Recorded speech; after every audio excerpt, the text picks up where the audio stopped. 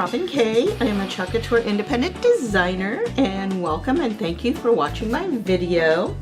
Today I'm going to be working on this muslin fabric. It's kind of I'm going to say this is one of our banner refills, which unfortunately we sell the banners, but we don't sell the refills for them. But what I'm going to be making is I'm going to be making a little stuffy like this. And this pattern is still available. I know it is after Easter, but I'm doing a spring thing, and these flowers will go perfect. The flowered bunnies will go perfect on it. This is our bunny cutout patterns, floral and words. And so I'm going to be making these for my spring layout. And so I am going to get started. I'm going to be using Couture, got to talk today, Couture teal and small squeegee and some stuffing to stuff it and a hot glue gun. And I'm going to get started.